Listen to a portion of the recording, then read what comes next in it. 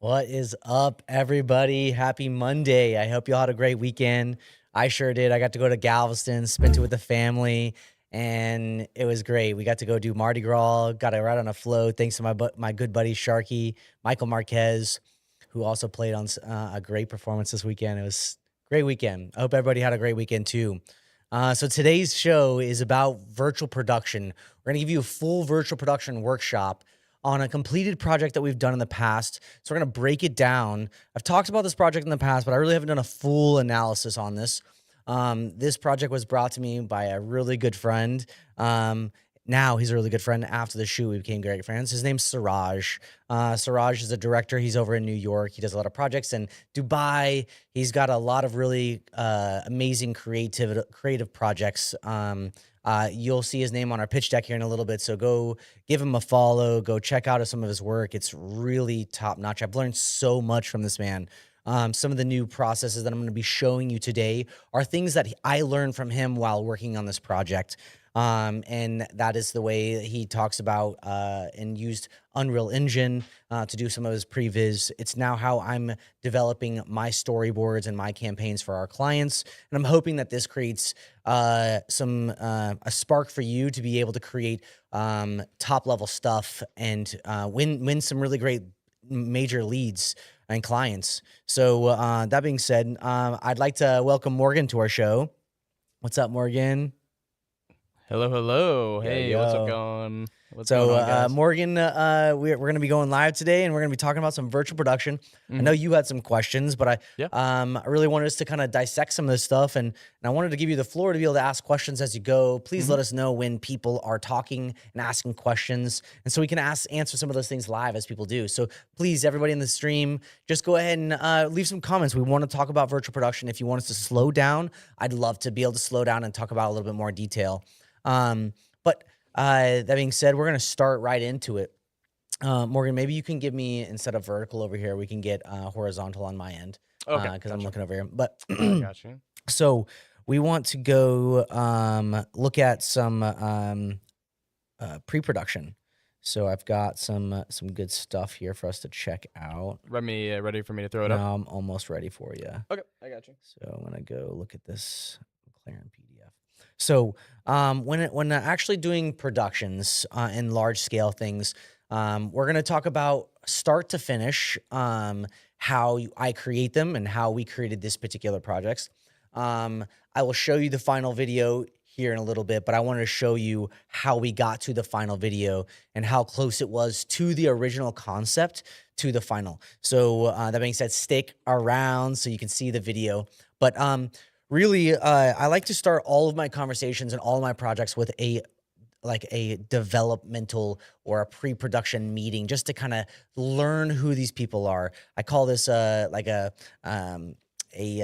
pre-dev, demo meeting. Really, it's just like it's that initial meeting that you have with them to find out if you're even a good fit to work with them, because not everybody works well with everybody. So first, I like to audition people and figure out if they're going to be a good fit. They might be asking for too much, or they maybe not wanting to scratch the creative needs or itches that you need to be.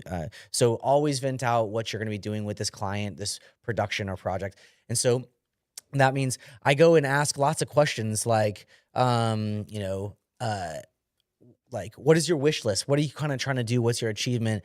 I like to talk about moods, tones, and references. Like those are all really great inspirations for me to help understand where somebody wants to go in their video. Because there's so many different directions. You can be like, hey, I want to make this type of video, and I'm imagining it one way and you're imagining it another because there's not enough descriptive information. So by dissecting and having those questions, they've all got something in their mind. They've all seen a video that they love and they're like, I love this. So the more you can pull them to give you those references, the more you're going to hit the head on the nail for them. Is this all making sense, Morgan? Yeah. Makes tons of sense. Awesome. Next, I like to ask some questions like, is there going to be a script? Is there going to be like a score? Is there going to be music made for this video? What is the video about? Is it a product? Is it a service? Is it a wedding video? Whatever that is, you need to find out what that is. And then that helps you kind of develop your own game plan in your own head. And so, once you got some of those questions, that would then lead you into like, okay, well, what kind of props do you want to have? So the project we're going to be talking about today is about an Acura project. And so our prop was a car. And so my good friend Siraj came to us and said, hey, I want to make this video. So again, I had all these questions. I was like, so what's the tone? What's the mood? What's the vibes? So he had already come with all those questions answered for us and presented an incredible pitch deck. Morgan, I'm ready to bring up this pitch deck. All right, let me bring this thing up. And so when he was like, hey, Justin, I have this idea that I want to do. And he was like, it's really going to be a spec piece, Justin. I really want to just showcase what's possible. And so, obviously everybody's like, I'll hear your idea, and I had just met Siraj at this time. And so I'm like, okay, well, let's show me your pitch. Show me your idea. Like, I'm willing to hear it. Right. So if you got a good idea and a good story, I'm going to lean into it. So his idea was beyond human. And so he said he wanted to do a car spec ad. And so for me, I've been doing commercials for a while now. Capital One is one of the most videos I've made about cars. So how fast does it drive? Like how much space is in there? And all of these videos get hundreds of thousands of views, and some of them got millions, but they're all not the most exciting. They're all like very informationally driven. And I was dying and itching to create something beautiful that's a story. And I've been kind of pitching this to them for months, if not years. Like, let's tell really cool stories about these cars. And so when I'm listening to this pitch, I'm like, oh, this is exactly what I've been wanting to do. Just immediately in this first intro, like this is exactly what. The first image you can. I'm like, oh, this is so cool. Yeah, you can already. I didn't even read the thing. Yeah, just and I'm like, oh, aesthetic. just the vibes, and I'm like, okay, so this is again, he just needed something to immediately sell it. It's like, this is the visual style, and I'm like, this is sexy. This is cool. I dig this. So he already grabbed my attention. And so he already knew that he wanted to have a script. He read the script for me out loud. And then I'm like, okay, well, do you have a storyboard? That was even before he's like, I got you a storyboard. So, like when you're coming to your clients with an idea, like he did all of this before he even came to me, right? Yeah. So, like having the idea fully fleshed out and presenting this to a client, which, you know, in a sense, I was his client because he needed to get me to invest into the project. So he had everything thought out fully. So we had our storyboards. So he had every individual shot that he was imagining. So this idea that he came to me was like, I really want to do a McLaren. And I was like, okay, we know some people with some McLarens. You know a couple guys with McLarens? Yeah, I do. There's That's a pretty good. That's couple pretty cool. friends, you know. So but Siraj had a vision. So I spent days looking for McLarens, and I found a couple of them, but none of them were in the color of his choice. I found a white one. I found like a green one or How other important colors. was the color? The color was so important. Yeah. It was so important. It needed to be extremely dark, and so that helped with the reflections of our LED wall on the vehicle. So if we had a white, bright vehicle, the colors don't shine through on the car itself. It does not wrap around it. And we wanted to immerse everybody in the shot. So he insisted on there being a black car. So I searched far. I posted Instagram posts. I reached out to other friends, and they're like, I got this car, I got that car. And surprisingly, none of them were coming back black. So it's like every single option that I was getting. And we were coming down to the wire. We're like maybe 48 hours, maybe 72 hours, somewhere pretty close to our timeline that we really wanted to execute. He's going to go back to New York. He was going to be starting a new project in Dubai. So like we had to hit our deadline. He had to get it back. So, we ended up finding one of our friends. Her name was Raquel. She worked at a car dealership and Sonic Automotive. And we found a beautiful Acura, and it was dark. And so we had to pivot. It's no longer a McLaren commercial. It's an Acura commercial. Yeah. So that being said, all of our previs were all done in Unreal Engine. So this car right here on scene number 1, I'll just zoom in for you real fast so you can see it. This is all in Unreal Engine. This is not a real image.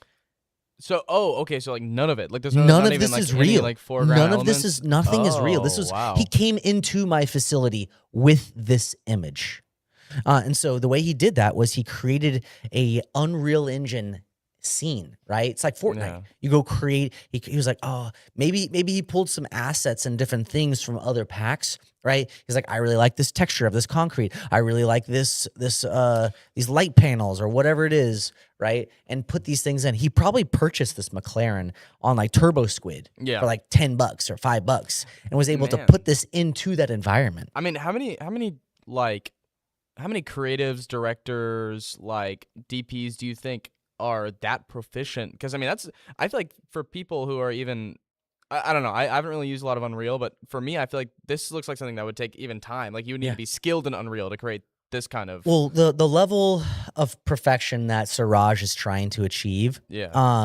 he's trying to tell a very specific story. Yeah. Right. That story is that even robots want to be human.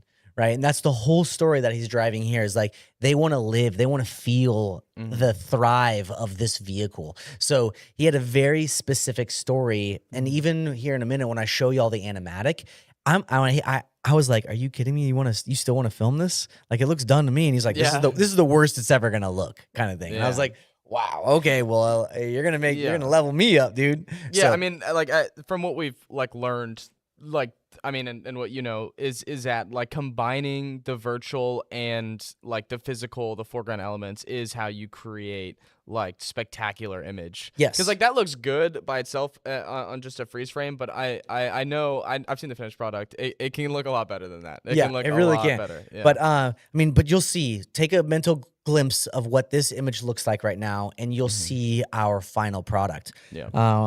But here, so we've got just a few different clips. Zoom back out, go to the next one.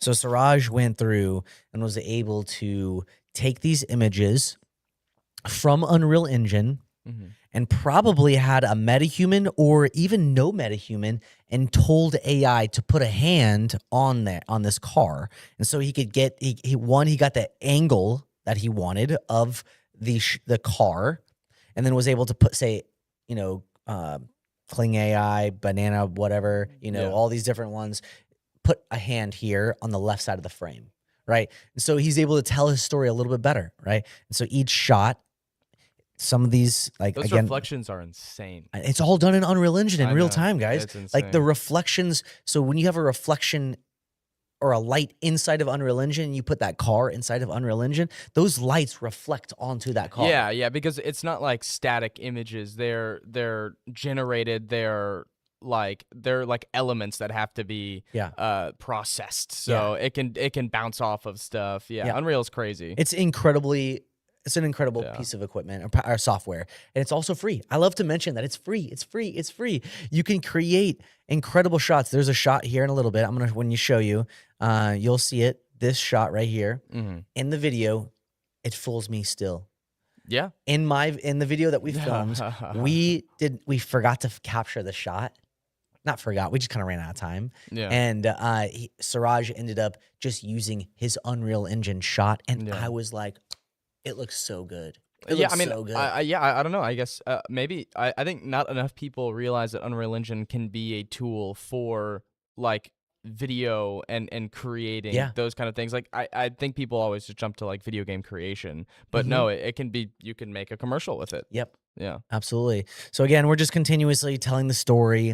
He wanted to showcase it turning on. He gives us all these visuals and like with the timing of everything with our voiceover. So this is a great example of if you're trying to make a pitch deck, you're trying to show storyboards. Take this as an example. Use these as tools. We kind of keep moving forward. We wanted to make it feel like we were traveling, right? We went from this garage, cyber thing to the future, right? Hmm. While we're driving in this neon scene, like that's not possible, right? Like where are you gonna find a road like this? Yeah. You know what I'm saying? Yeah. The only Yeah. way Yeah. to do this is to generate it or create an environment, use an LED wall or a 3D and Unreal Engine. And even if you did, how much is that going to cost? You Yeah. know, are you gonna? What's the insurance going to look like on that car if you're I mean, driving yeah, at we high we speeds? if Acura actually paid for this project to block off the streets to go to light this whole scene, it's gonna cost hundreds of thousands of dollars. Yeah, We're talking no. about Fast and Furious 17, y'all. Yeah, and why do that? Like Yeah. when you don't have to. When we have Yeah. all the tools here. Yeah. So more storytelling.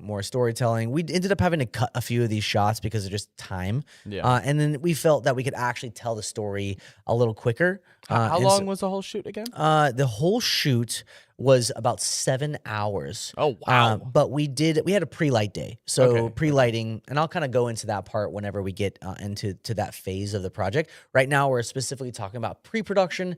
We've had our director come in. He says, "Hey, look, I'm ready to do this video shoot." He's come to us with our storyboard. He's come to us with our ideas fully fleshed out. And us as a creative agency, video production company, we're able to help cultivate this video for them, right? And make a whole campaign. It showcases one video in this whole thing, but we're able to make a series of videos that would showcase this as like 30 different videos, right? I do have a question as well. Someone asked, what are your thoughts on who creates the storyboard and who creates the shot list? I think it's a conversation, right? So whenever, the director has their shot list, their storyboards, like me as a DP, I love it. I'm like, yes, this is you. I can see the picture, But sometimes the director has a vision and maybe not the skill sets, or not necessarily the skill sets or the time or the bandwidth to be able to co-create some of these things. So, it is project by project, right? So, creating the storyboard should be one of the leaders in the company that's going to be putting on the project, from the DP or the director, somebody, it could be the writer, like to help tell the vision, give some visuals. But, I, I wish I could give you a right answer. Who mentioned that one? Oh, it was Hamza. Okay, yeah, Hamza. Great question though. Really, whoever, I mean, it's a team. This is all a team effort, right? So like the director might come with some ideas, and the DP might come with some ideas. In my industry and with me at my studio, everybody from PAs can be even put some of their input in to some extent. Especially if they understand the mission, the vision, and know what we're trying to do to execute. So hopefully that answer some of your questions, Hamza. So kind of moving forward, this is some of our final scenes here. All of this again, Siraj made from scratch. It was like, I wanted it to be coming home to what looked like a very minimalistic, futuristic, robotic AI's house, right? They just need a big room. And I thought he nailed it with the design and the simplicity of this, like the build out that he did here. So really after this, he really kind of to break down the various shots so we can kind of see all of them consecutively, like how they should all kind of match. So like me as a DP, I'm like, okay, I love this garage scene. This is all of the look. So he said the various angles inside of the garage scene.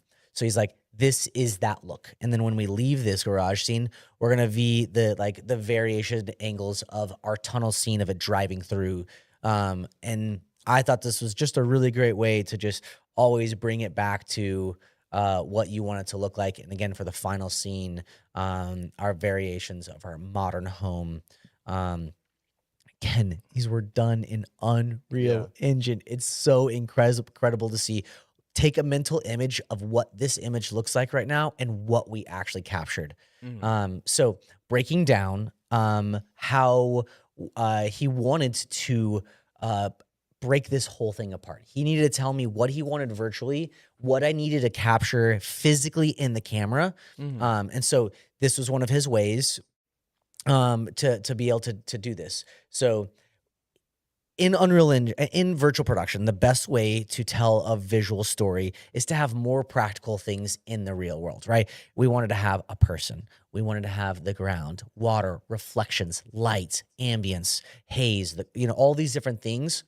And you got to make them all orchestrate together and be in the right place to be perceived if they're all right there, right? So to break this down, we needed a fake pillar, right? So I had a little corner in my studio that was originally painted white. So I just painted it gray so it looked like it was a concrete pillar. Piece of thing I had in the studio already. Parking spot. This right here, he wanted something physical in there. I had a piece of styrofoam. I just sliced it and put a piece of tape with the yellow stripes on there. We picked it up from Home Depot for $2, and I just ripped up styrofoam and spray painted it, gray, and then it's going to be so out of focus. You just need the essence of it, just the placement of there, right? And then we have our painted black floors. I told him he couldn't paint our floors, Yeah. so he had to lean into our floors. They're gray. So you'll see it here. We wanted to wet down the floors. That was his biggest concern. He's like, can I put water on your floor? I really want to have it like a early, late night, like just had rained kind of thing. So we could like blend the two worlds together. So yeah, we wanted to have some really soft diffusion lighting on the car. So that means we needed to have it above a really big light. He's like, do you have a grid? I said, yeah, we got a big grid above so we can put like a big box light above the car. Okay, sick. Then we had our hazer. He's like, because he wanted the atmosphere, and then obviously our car. And then we have another breakdown. So obviously this is our first scene, and this is kind of our last scene.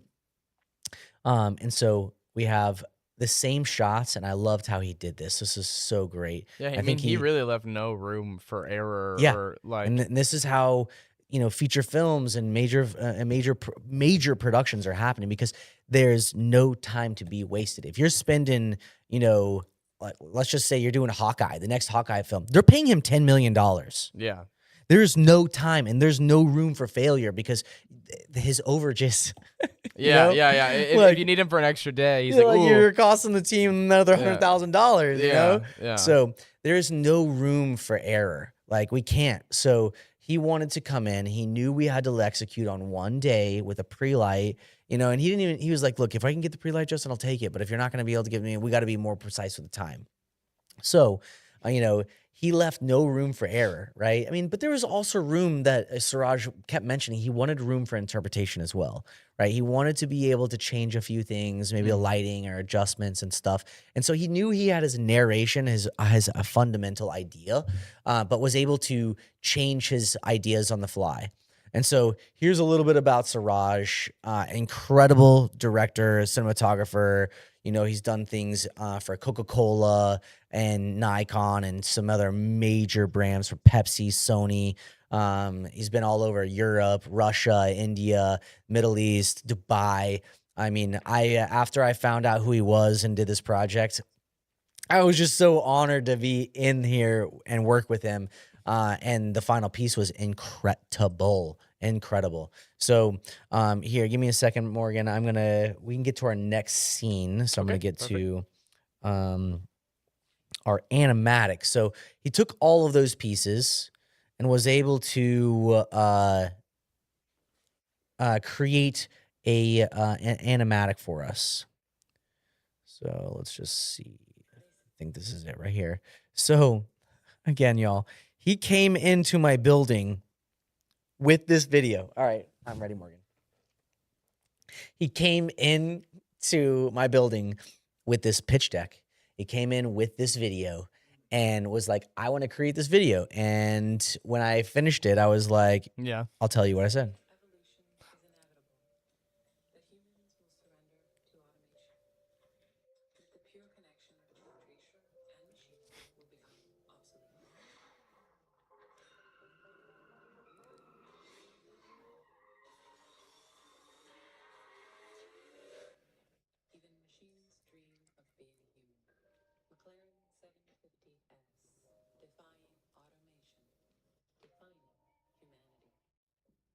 Incredible.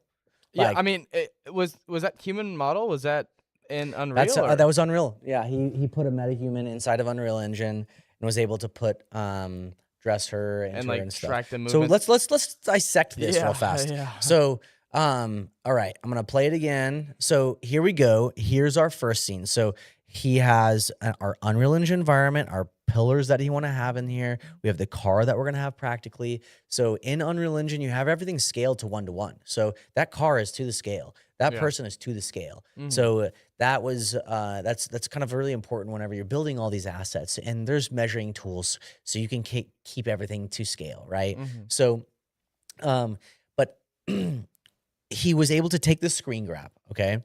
And then the reason she is walking is because he had a first shot and a second shot. He put our metahuman right here, and then took another shot over here. And then he ran that through an AI application like Kling or Runway or VO3, right? So all those will let you start and end your frame. So from there, he could just generate that image. Yeah. And now we move on to the next shot, right? So we have our one image shot. He got the camera angle in Unreal Engine. He drove it with his mouse. I was like, I love this angle, right? Mhm. Took a screen grab, high resolution export inside of Unreal Engine, dropped it into AI. Give me a little bit of movement. Boom, next shot. Right? And so he just took his shot list Yeah. in his mind of every single shot, put that into a timeline. So he created a little bit of movement in it so he could start telling his timing a little bit better, can finesse it. This maybe he tried to create this shot like 4 times. Yeah. Right? So, but he got to massage out the idea, right?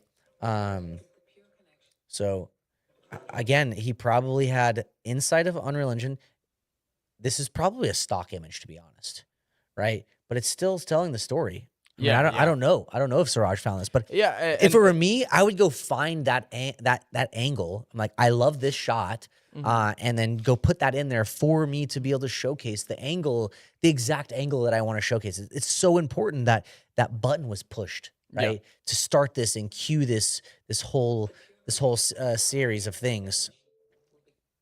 Right. Again, he's just exporting these images. This probably was a stock image, Mhm. right? Maybe a still, like maybe this is a still, and he just told AI to make a push in, Yeah. right? So you don't even have to use Unreal Engine to tell your story, right? So maybe go find 30 different shots of car angles that you like, and then you can start telling the story that you want, right? Does that make sense, Morgan? Yeah, yeah. I mean, especially whenever you're just in the storyboard process, like you just need to give, like, I mean, in this case, I wouldn't necessarily call you a client, but just give whoever you're trying to push the project to, like, the best possible image, so they know exactly what you're Yeah, going for. You know? absolutely. Absolutely. This if this you can let them know like, "Hey, I love this because of the colors. I love this because of the angle. I love this for XYZ." And you can then say, "Hey, I don't like this because I don't like this orange car."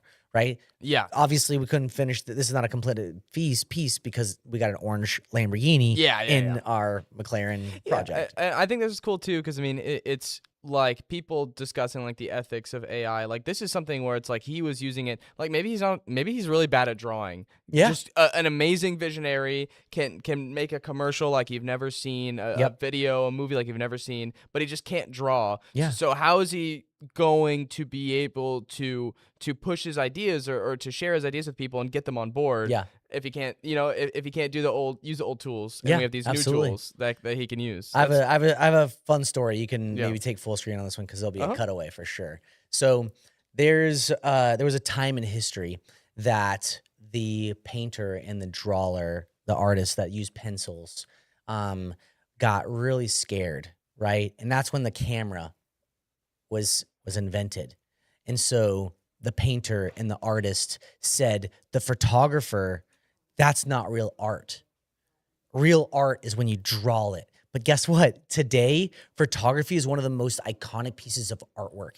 There's huge billboards and things that people pay sometimes tens of thousands, if not hundreds of thousands of dollars to create a photograph of something for a billboard or for like something, right? So this is now a new tool for the creative. It's not cheating, right? People like, oh, you're using AI, it's cheating. No, it's giving the power to us as creatives. Like you just gave a great example. Siraj might not be a good drawer. Like he might not be able to paint that picture, but he can find video references and implement it and then say, put this texture on here and now tell his vision much better. So the the old version of drawing or even taking stills is outdated. We can go much better and give a better product now that we have all these tools. We can get very precise. And everyone's like, "Oh, well, Unreal Engine or like AI can't do continuity." Well, that's where we come into play. We help with that. We tell that story. So we just use these as resources. It's not doing the whole storytelling, you No, know? yeah, it's not lazy. I think yeah, I think whenever it's used in these kind of ways where it's only helping the creator tell their story. I mean Yeah. that's kind of the thing that you've been saying like this whole time. It's just creators just need to have all the tools they can to tell the exact story that they want to Yes. tell. Yeah. Yes. Well, cool. Let's go back to the screen over here and we can dissect this a little bit more. And so there were some shots that he put in here that, represented some things. Like I think this shot right here was going to represent like a burnout, which you'll see here Mhm. in the video here shortly. Um, Beautiful shots. Wanted to have a lot of shaking of the camera, Bunch of and flashing then lights and stuff. flashy lights, and then at the end he wanted to be smooth again. So it's like some like camera shakes and handheld looks and stuff. And then we cut to our final end. It needs to be super smooth, Yeah. right? To distinguish each scene from each other. I knew that was very important for him just when watching his videos. I think he didn't really know what he wanted right here on this shot. Yeah, like this one. He knew he wanted to do something very interesting because he just reversed this clip, so it made it feel unnatural. So if you Yeah. watch it again, like she's like reversing. So he Yeah, wanted it to okay. feel like not right in a sense. So we kind of, this was one of those things that he wanted to take into interpretation, I guess. So he's like, let's get this and see what works, so it looks good. And you'll see that shot here Yeah. later. And it's honestly one of my favorite shots now. And it's one of the shots that people like to refer to. Now they're like, oh, I want to get the shot like that. Like this, Like by people you mean like your clients clients, or yeah. yeah. People that go and watch this video and they're like, "Hey, Justin, I saw your virtual production project. I love this shot.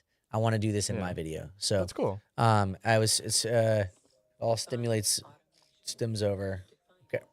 Okay. So that was his animatic, done with some stock footage, done with some Unreal Engine, taking those still images and then bringing them into AI to give them animation, putting them into Premiere or DaVinci or whatever editing software he liked to use, and then splice that story together.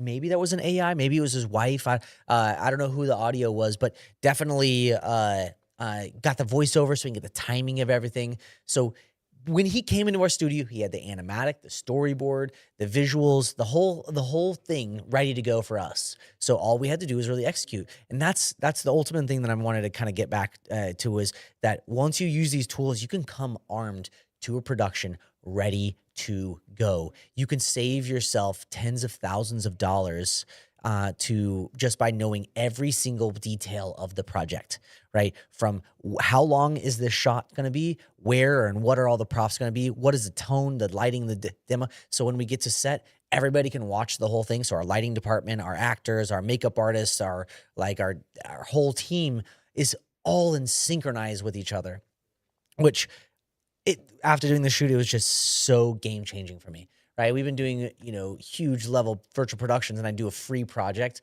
with a director from New York, and I learned so much. So I think that just goes to say, don't stop learning. Try to keep doing new things. And sometimes you got to do free things so you can scratch that new thing that you want to do, like hit that new level, right? If you've never done it before, go and do it before you can sell it. Because now, since we've did this one, we've sold it a dozen times, right?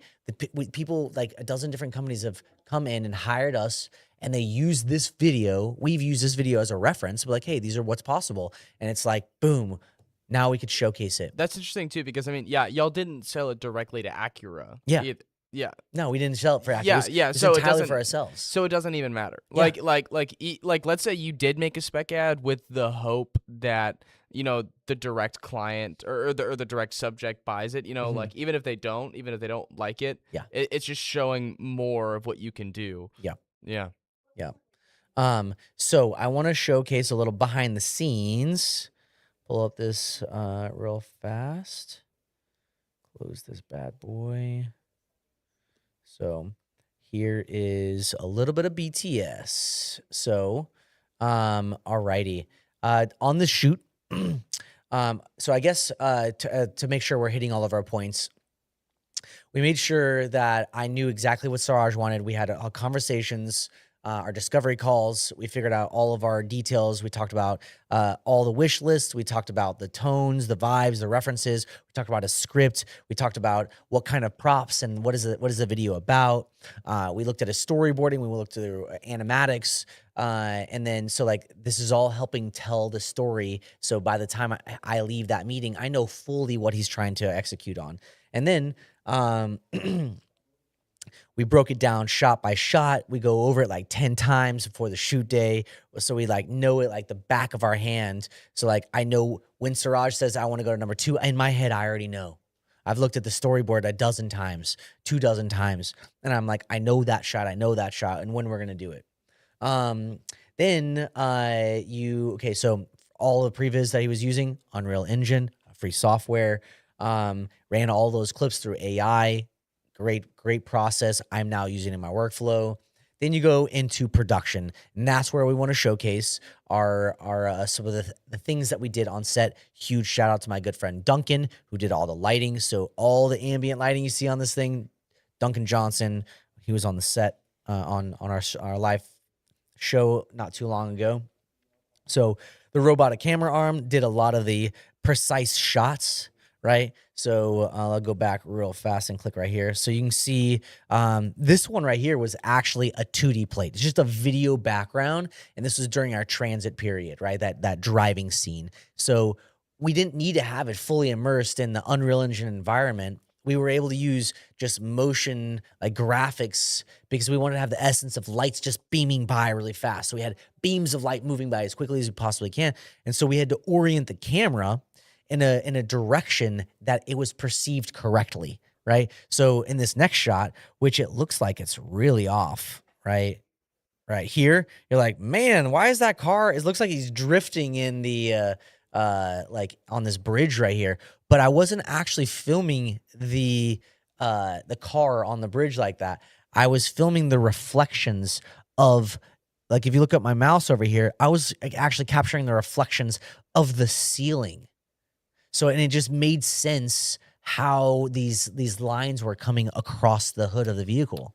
Well, whenever you're dealing with perspective Yeah. like that and trying to get perfect angles, I mean you're pretty experienced, in the video production field. Is this something that, still takes a bit of finessing? Like, oh, let me just like move the camera all around, or did you kind of have a general idea of like, oh, I think if I aim it here, I can get the right? This particular one was kind of a trial by fire, Yeah. right?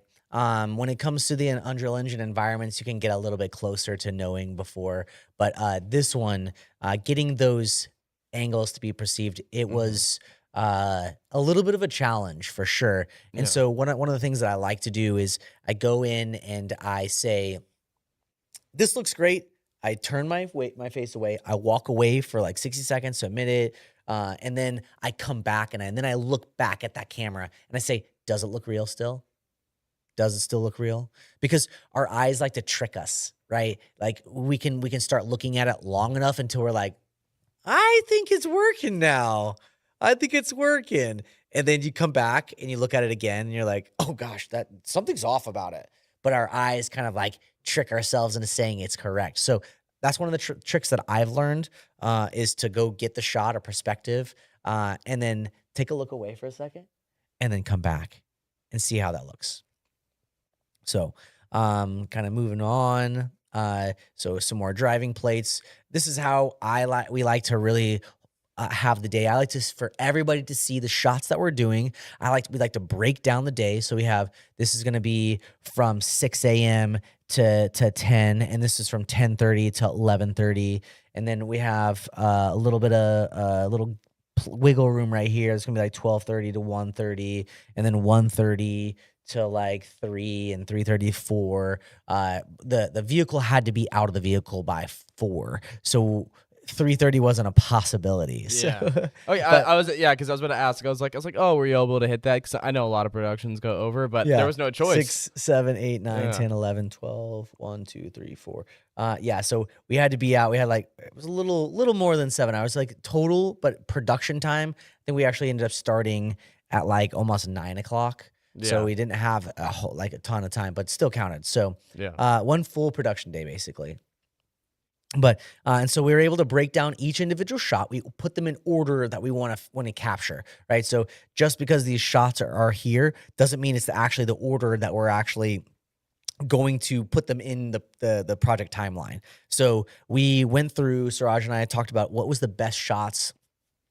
What lenses do we need to do? Because we didn't want to waste time, go switch from one lens, go to the next lens, go to this, switch to this lens, go to the next lens, go to switch to this lens and go to the next lens. So we had to organize our time, our lighting scheme. So like we didn't want to be doing the red scene while we're doing the blue scenes. So we're just going to capture all the blue scenes and then we'll capture the organic shots. So, and then kind of scrub it along. So here's a little bit of behind the scenes. My boy Duncan Johnson kicked butt. We've It's a big got, crew. yeah, I mean, this was a spec. And so everyone got to invest their time. They got to walk away with stuff. We use it as a learning opportunity for some young individuals. We got William Escobar right here. We got Kiwi. This is Siraj's wife, myself. This is Siraj. I think Duncan Johnson is over here.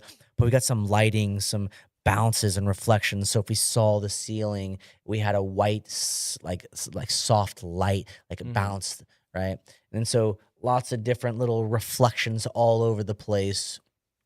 You can kind of see what it looks like. Let me some more clips. This is pause right here. So they need to have it's like the camera just squeeze across the ground, just like literally like an inch above the ground, right? So we had our prop, our robot, so it's gonna come behind that pole. Then we had this is Siraj kind of looking at his angles, making sure he's happy, asking us to back up the car and things Yeah. like that to get his exact idea.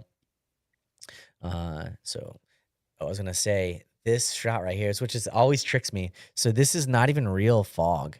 This is in Unreal Oh, Engine, wow. right? It's pretty cool. Yeah, But yeah. all this haze right here, this is real. This is real fog, like a hazy environment. Yeah, just But blending them together. yeah, but this really that fog back there, thicker, like so you could see it, really helps sell it that there was like a vent back there, as like pushing something out, Yeah. right? We're in a sci-fi futuristic area. Um, yeah, so that shot right here, I'll pause it real fast. We needed to have some really fast-paced movements while we're driving, so we would just practice, do, move the robot, and then we trigger it, and we just roll it, and we'd be like, "How are you feeling about it?" And so the robot would just be bouncing back and forth, and we'd let it play, and we just kind of review it for a while. So it just kind of bounced back and forth. And so that was a really great way for us to digest the shot, rather than like having to do it handheld and really be thinking about it the whole time, right? Which you can do, but with the robotic camera, and we were able to like do the exact same shot over and over and just keep it bouncing back and forth and dissect every single inch of every single shot. Some things in this scene, you can see there's little droplets of water all over the place. We had Yeah, droplets and understatement. I mean, that's a lot. That's a lot of water. yeah, I was hoping you'd mention that. Yeah. No, we took gallons of water and dumped it on the Yeah. floor. And so in our studio, there's a 2% grade. You know, I put a lot of different things on here: sand, dirt, like rocks, other things, and like little bits of water here and there. But I've never, ever fully engulfed the studio floor with water. I was a little nervous going into it. And it was like at a 2% decline. So we had to keep filling up the water. So like mopping it up, spreading it back around the whole time. So thank you, Isaiah, and everybody else that helped me push this water around and then clean it up afterwards. So, Yeah. Wow. yeah, we're Yeah. just like, okay, Oh. mop more. And the floor had never been so clean. Oh, I mean, there you go. Yeah. So a little more breakdown on this. This was $120,000 vehicle that Sonic Automotive lent to us. They dropped it off in our studio, and they basically said, "Don't drive it." They literally dropped it off at the porch and back door, and was like, "Okay, get it in." And they were like, "Don't drive it." Did they know that you drove it just a little? Oh no, we didn't drive it at all. I didn't drive it. You didn't I drive it didn't at drive all. it. No, no, no, no, I didn't drive it. no. But yeah, it was I only drove it around the block, you know. Not fast. But I did drive it inside the studio though, you know. What model is that of the This Acura? is the NSX. Yeah. So it's actually not a new model, right? This is an older car. It's a hybrid. It's like a It looks futuristic though. yeah, I mean, that's all yeah, that really exactly. It's matters. very Yeah. beautiful, and that's why we kind of like landed on this car, because very sleek and Yeah. looking. It was very tight inside of there. So you can see we have our Unreal Engine background. You know, if you watch on our camera, the background is like banding back there. And so it'll start over again. Move this over. Come on. Go. Boom. So watch the background. You see that little background. So that's kind of like, because our cameras are not synchronized. This is a BTS camera. So our real camera is synchronized to the LED wall. Yeah. Yeah. So- You have to get at the right frame rate. Exactly. Got to get in the right frame rate. I do have another video that's got some more cool clips in there. If you want to take it down for a second, we got boop. So we don't have to play the audio on this one, but it is this will give you a little teaser of some of the shots. So we'll go ahead and you can put me on the screen. Yes, sir. We're ready. And here we go, Morgan.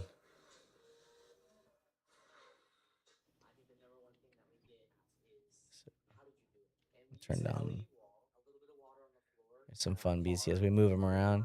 Here, I'm gonna stop this real fast. Turn off my audio, and so I'm gonna just break this a couple more fun things around. You got to see they're dumping water on the ground. Oh yeah. We're moving the car around, so we have these jacks. So the camera stays in the same places the entire day. Like we're not moving it from the front side of it to the back side of it. If anything, we're just going closer and further. Yeah.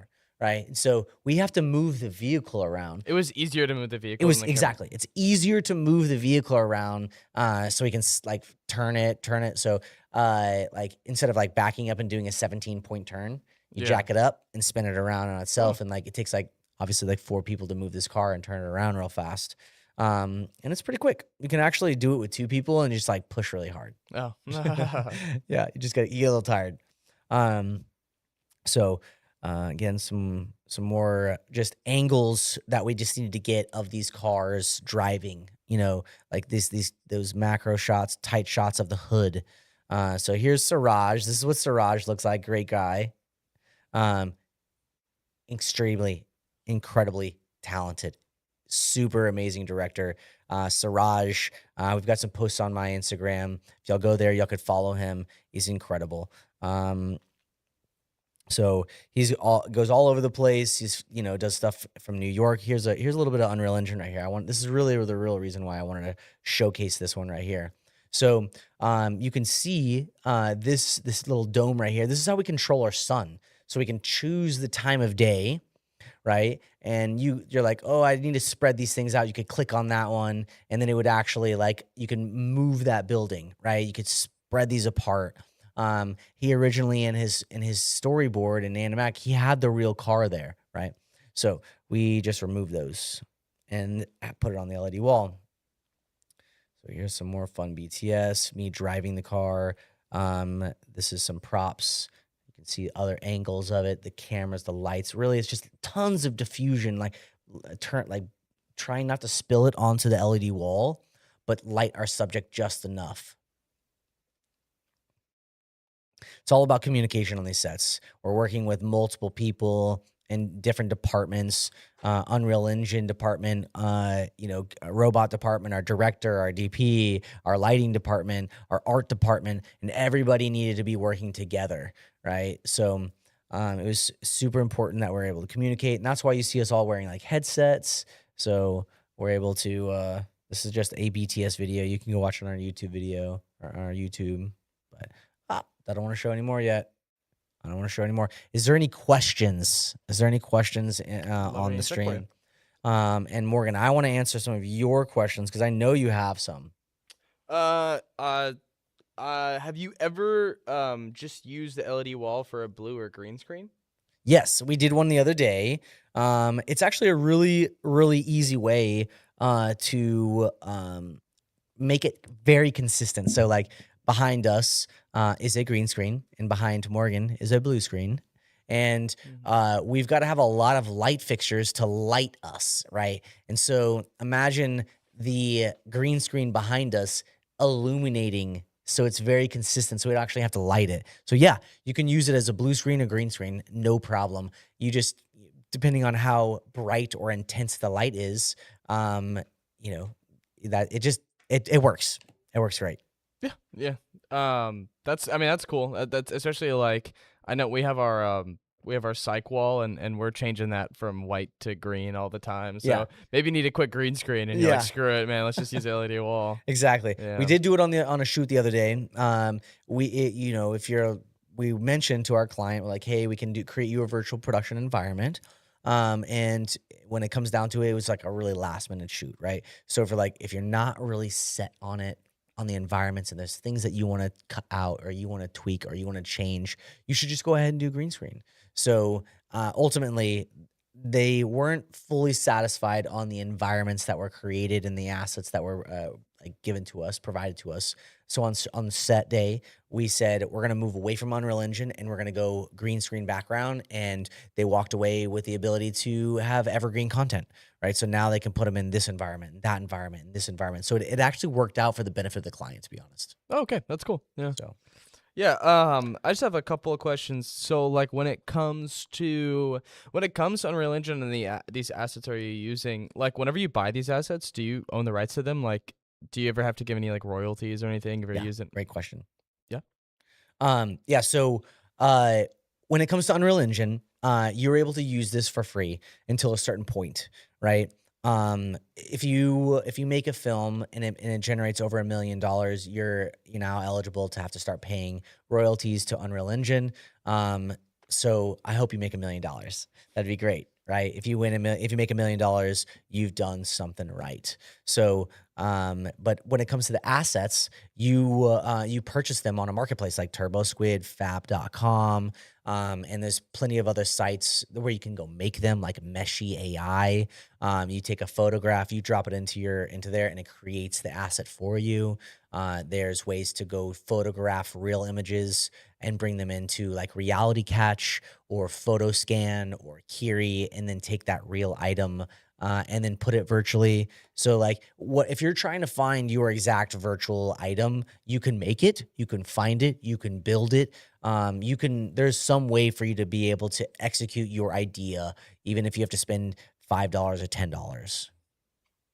Okay. Yeah. Cool. Yeah. Yeah. I mean, yeah. I was just thinking about like the creators, I guess, who make assets, but I guess I mean you're paying them one off to get the asset, and that's how they make their money Yeah. from that. Yeah. Yeah, I mean, and now as an asset creator of these 3D environments, now it's a new job, right? Mhm. People are gonna just go start generating and creating assets for people's films. Like I saw a pair of Air Jordans on one of the applications. He sold 10,000 of them That's yeah. at $15 a pop. Yeah. Yeah. I mean, and He's doing good. it probably didn't take him very long to Yeah, make that exactly. either. Yeah. So, are the younger generation is already used to buying these 3D items. It's kind of weird, for me to think about, like, I just bought a 3D, tractor or this 3D item.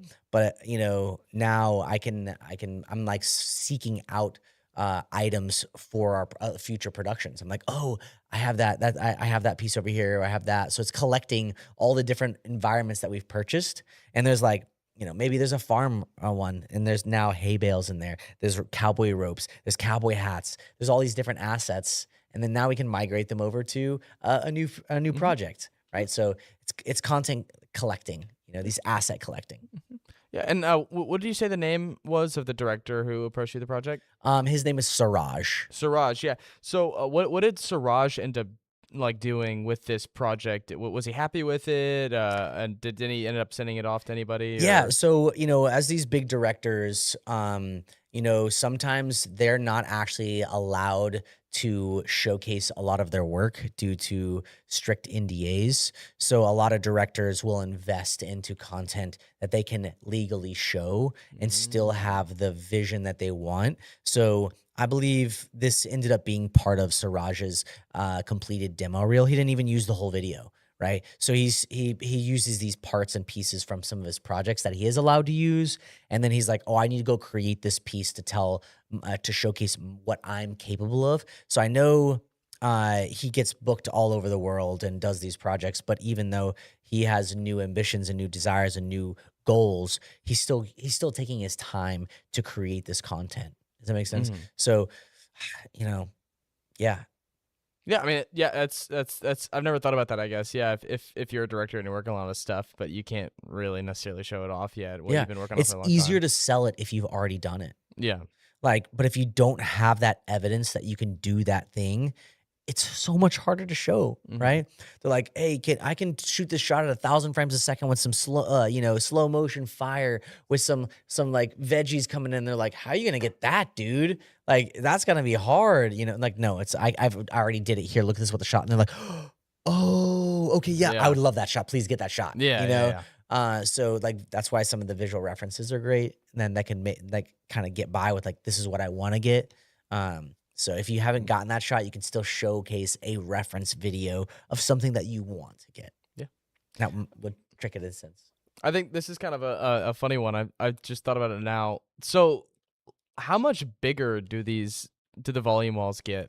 And is there like a point of diminishing return where it's like, okay, you don't need a wall that big, or do you wish you had a bigger wall? I wish I had a bigger wall. Yeah. My wife is like, no, she's probably watching. And she's like, pulling out her hair over there. He's gonna want to buy a bigger wall now. Thanks, Morgan. Yeah, my bad. No, yeah, there is a need for it in certain places, right? I think there's going to be tons of production studios all over the country that are not. It's not gonna happen. It's already happening. There's small production studios that have small LED walls. There's production companies that have medium size. I would consider ours as a medium size LED wall. And then there's those fully immersed where it's like 270 degrees with a ceiling on top. And that's because they're going to be doing feature films, large movies for Marvel and Disney. And so they're fully equipped to handle these Diego Lunas, right? These huge actors that have the facilities and the infrastructure for major feature films. We're a commercial space, right? We work with retainer-based clients that want to continuously keep working with us. So we have all the tools that we need to have for like ourselves. We can make a movie ourselves, but Disney came to us tomorrow, I wouldn't know what to do, to be honest. Yeah, I mean, that's I'd love to take it. I'd love to take it. Yeah, that's one of those. You know, you just take it and you ask questions. You figure it out in the Yeah, fly, I'll figure it know? out. Like I won't say no. Disney, please come knock on my door. Manifest destiny, y'all. But no, to be honest, like we could do a feature film like that, but it would be so above us right now. Like you're gonna see this stuff and you're gonna be like, yeah, you could definitely do a feature film. Like these shots are kick ass, right? But like it takes so much more time and effort. This is 60 seconds. And you saw all the previs and all of the work and detail that it went into. It was like almost done. Yeah, it's almost done. Yeah. And it's a 60-second piece. Now imagine if you had to do like a whole show like Andor, right? 45 minutes, 8 episodes, 10 episodes, and like how much time and energy goes into it. You got to have a bigger space. You got to have more people. So I guess there's a way to say like for some people like, yeah, this wall is too big, right? So this wall is too small. But it's not every tool fits for every single project. You know, we've lost gigs because our facility is not big enough. We've lost jobs because our wall is not large enough. We've lost jobs because I didn't have the right robot. I didn't have a big enough robot, or I didn't have a small enough robot. So it's like it's hard to say like if you have the right piece of equipment, you got to sell the tools. Not every job is going to fit that exact tool. Yeah, that's I've never thought about the wall being too big. Yeah, right. Either. Yeah, I guess. Like it's overkill. I don't even need it. It's just gonna be a talking heads. It's gonna be like this frame. Yeah, you know? They don't want to pay for the full wall. You know. Yeah, exactly. They don't need to be fully immersed. Is there any more questions in the chat? No questions in the chat. So that being said, let's go ahead and we're gonna get ready to showcase this video real fast. Okay, let's do it. Can you actually pull it up on your end so the audience can have audio? Yeah, sure. So they can hear everything together. Because I think the script, the sound design, all the stuff kind of pulling together. This went from a free project with friends getting together, creating something that was incredible, to a world-class piece of art, right? That looks like it could have cost tens of thousands of dollars. And for the client might cost 100,000 plus. So, as soon as Morgan pulls this video up, it's on our YouTube channel. You can also go back and check it out yourselves. I wanted to also mention, I'm sorry, everybody. Al is not here still. We're still doing some updates, some tweaking. We kind of broke him until so next time we're hoping that we're going to have him ready to entertain some more, ask some more great questions, and entertain you guys some more with Al and our AI. I think if you can't go, I might be able to. Oh, you got it? Okay. Yeah, I'm pulling it up right now. Great. Let me just, we gotta, they're showing some ads on YouTube, but they don't get free promo, not from us. Not from us. Not from us. All right. Please, everybody in the chat, leave your questions. I'd love to answer anything that you've got. In the meantime, we're going to check out this spot that we made with Siraj. And it's our spec ad for Acura. It's to showcase what is possible within virtual production using Unreal Engine, using all the bells and whistles that are free available for you to start to storytelling, and then pitch your ideas. All right, before you play it, put it in the highest quality. Yeah. How's it looking on your end? Yeah. It's good? Yeah. Gotcha. That's sharp, sharp, sharp. All right. Come sit right here. In an age of automation, we've Wait, let me make sure the audio's on too. Yeah, there we go. Great. Let's start it over because that audio is good. Yeah. It's letting us know we're in edit. abandoned what makes us human, the visceral connection between human and machine. You're missing on your end.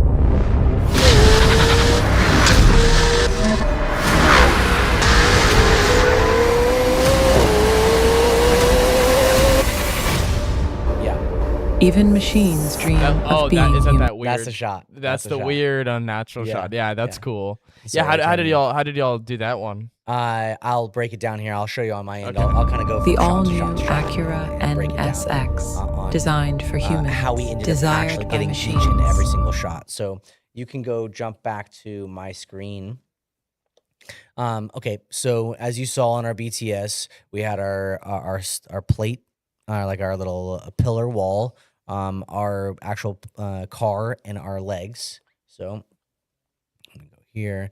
Now y'all can't hear it, but it's okay because I'm gonna narrate through the whole time. This was a robot shot pushing just very slowly. Took us just a few minutes to get because it was very easy. We already knew the shots, right? So this shot right here, this is an Unreal Engine shot. So we got the vehicle inside of Unreal Engine, and we were able to simulate the moving shots. Did you find it in Unreal Engine or did you scan it? So yeah, you can go purchase vehicles. Like there's every single vehicle on the market. Someone's already done it. Yeah, it's already done. So it's just an asset. It's a pack that you can purchase, right? Cool. From our Star Wars film, I got to find the Razor Crest. I got to find all these different, Star Wars feature things that were all hyper reflective. Yeah, there's enough people making assets. where- Exactly. There's yeah. enough people making assets for you to be able to go find this specific thing. And so this is not a real shot. And so I think one of the best things that we did in this whole thing was mixing Unreal Engine shots, because we can't drive this car 150 miles an hour. Yeah. It's just not, we can't do it, Yeah. So we have to simulate some things. We need to see the wheels moving. So we were able to do some of these things mixing Unreal Engine with AI. So we're going to keep breaking this down a little bit. Real shot, robot just kind of spinning around. Another wide shot. We were able to kind of butt up some of these shots back to back with each other. So I'm just gonna- Can you go back to the one shot where it was just like straight on of the Yeah. onto like of the car like driving forward? This one. So how did you simulate the movement in this one?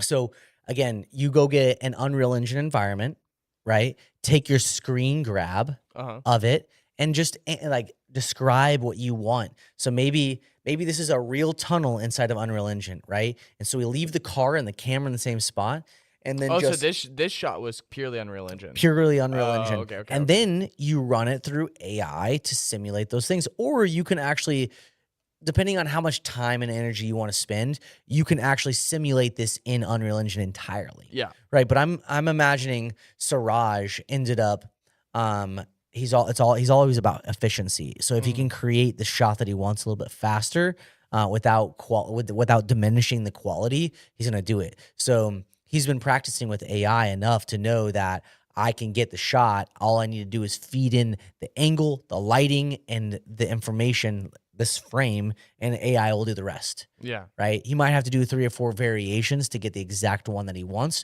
but ultimately he came out with this one, which is incredible. So this is a real shot. We have the door open on one side, and the camera is just slowly rotating, right?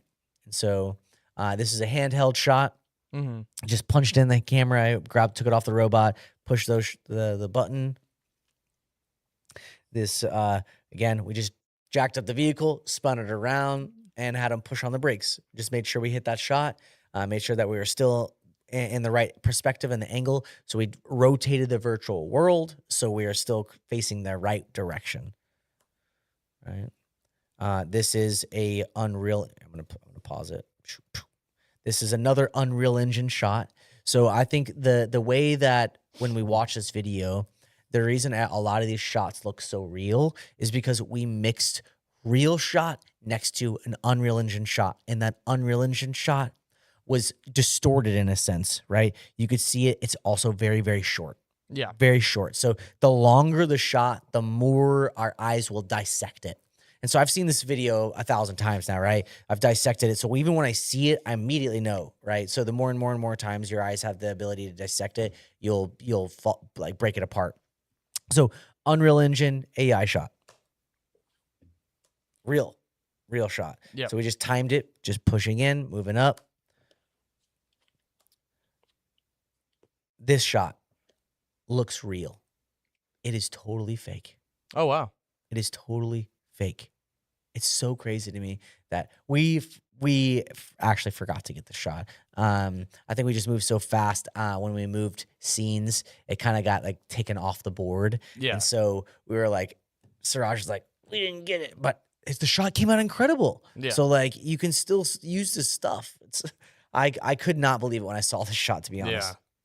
So again, AI, more AI, shaking, Unreal Engine. Okay, this shot, you saw this line right here above your head, Morgan, Yeah. is the LED wall, right? So everything up here, so everything behind that is not real. And we just blended the LED wall down here. We didn't have to even think about it over here because the car and the fog are The all headlights blocking. look incredible. Yeah, that fog pushing it all through there. And so this shot, ended up being one of my favorite shots. Obviously, I didn't expect it to be like this whenever he was, because he didn't have this in his previs. So we were just talking about it. And so we needed to create this off-kilter shot. And I think one of the best things that you can do when you're doing a virtual production job is to do on shot and break it. Go to like 45, like a 90-degree angle to make it look like they're actually in that world. So the more times you can break that world, that angle, you're able to immerse them more. I got a gnat on me. He's trying to ruin the stream. Oh no. He's flying around my face. But yeah, no, that it looks really, really good. I mean, the animation too is cool. Yeah. I think it like warps into the skin, you know. Mhm. I think So the way that this was going to be made, so right, you've got your first shot. I'm just going to kind of work this backwards, right? So this is the shot we got, right? And he went to the last shot, the last frame, exported a high resolution, fully color graded, right? Like ready to go. And then AI'd a image of her with the piece on her face, probably until he liked what it looked like on her face, right? I saw it. I saw the little guy. Yeah, Saw no, the he's on little my gnat. face. He just dude. landed right between your eyes. Yeah, I know. He's coming for me. Um, I'm getting attacked. So this frame right here, he was able to AI generate it, right? So it just filled it in. And so he had this final frame, and then he had his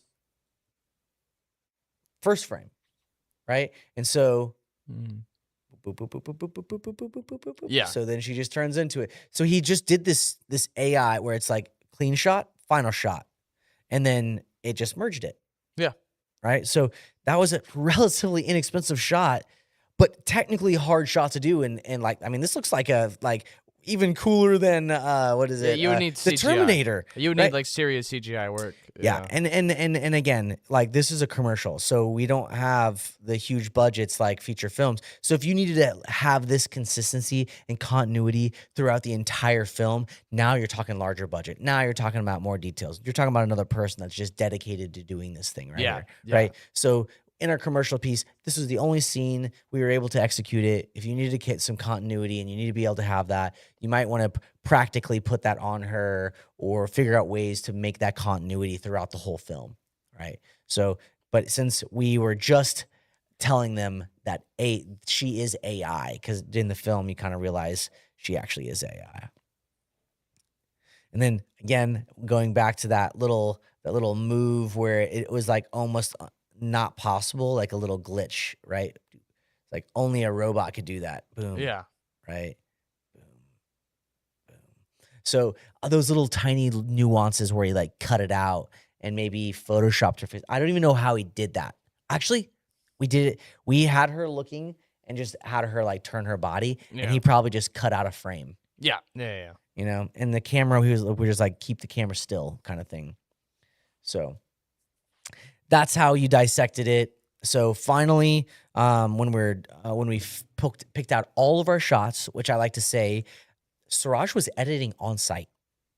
He had the video feed come in, and he wasn't working with the final video. He had an STI feed into his computer where he was able to video capture record. He had a capture card. That's cool. Going into it, he just recorded the screen and was able to take his video. And so when we walked away that day, we had all the shots that he thought that he needed for the final film. It was probably like 1080p or like 720. Yeah. But we needed to know we got all of our shots, right? So he was like, okay, check, put it in there, put it. And then we moved on and we didn't have to think about that shot ever again. And so then we also had that for continuity as well. We're like, oh, was she on this side or was she on that side? Well, let's check this color on the last shot. So doing that live edit was so game changing for me. Like that little tool to be able to take the SDI feed, take a video capture card, plug it into your computer. So now you can take the live camera feed playback. He's taking a playback. So he just pressed play on the camera, and then he just had it on his computer, recorded it. Boom. I was like, I'm doing that on every. Yeah, that gives you shoot. a lot of peace of mind, like to know that you structurally have everything. Every single shot. Yeah. Every single shot. So post was so seamless. He just boop boop boop. Did y'all do anything in post, or was it all him? So Suraj is an editor himself. We gave him they packaged up all the content for him, gave him a drive, took it all away. Yeah. And then he did the edit. And we referred him to a couple different color graders, which is going to be the final piece of every project. You want to get your picture lock, right? You pick out all your shots, the shots that your client says they love. We give a little color on it just for visual references. And so you can see what it would initially look like. It's not going to be the final color pass. So that being said, Frank was our color grader for this project. Suraj and Frank came into the studio and worked on it. I think for like 2 days, they came in and just like hammered it out. Boom, boom, boom, boom. Just like let's do this color. Let's do this color. Let's do this color. So Frank would give him like this look, and this look. So he'd have like 2 or 3 different things that he could show Suraj and be like, what do you think? And Suraj would be like, no, yes, no. And be like, okay, yes on this one, and we're going to do this across the board for all the other ones. Mm-hmm. So that's kind of how it normally works is you come up with a look first, color grade a couple of clips within the color profile that you want it, and then you approve that color. And you say, boom, now put that on everything, watch that color across the board, and then give it one last look and be like, okay, from this scene to this scene, let's finesse this. Yeah, the little tweaks. Let's do the but little overall, tweaks. because you want to be consistent. Yeah, exactly. But in some scenes, sometimes it's like, oh, okay, maybe there's a little too blue. Like a little too blue just right here. Yeah. Yep. So, awesome. And that's it. Acura. Yeah. Done. Fun stuff. I would love to know if you guys have any questions, comments. I would love to help teach you more about how to do a virtual production. If you want to know the tools, if you want to know the plugins, if you want to know where to get these things, please shoot them in the message, comment down below. We come back and answer these questions later. So even if you're not watching this video live, comment below and we will answer your questions as we come through. So, and if we love the question enough, we'll answer it live in the next show.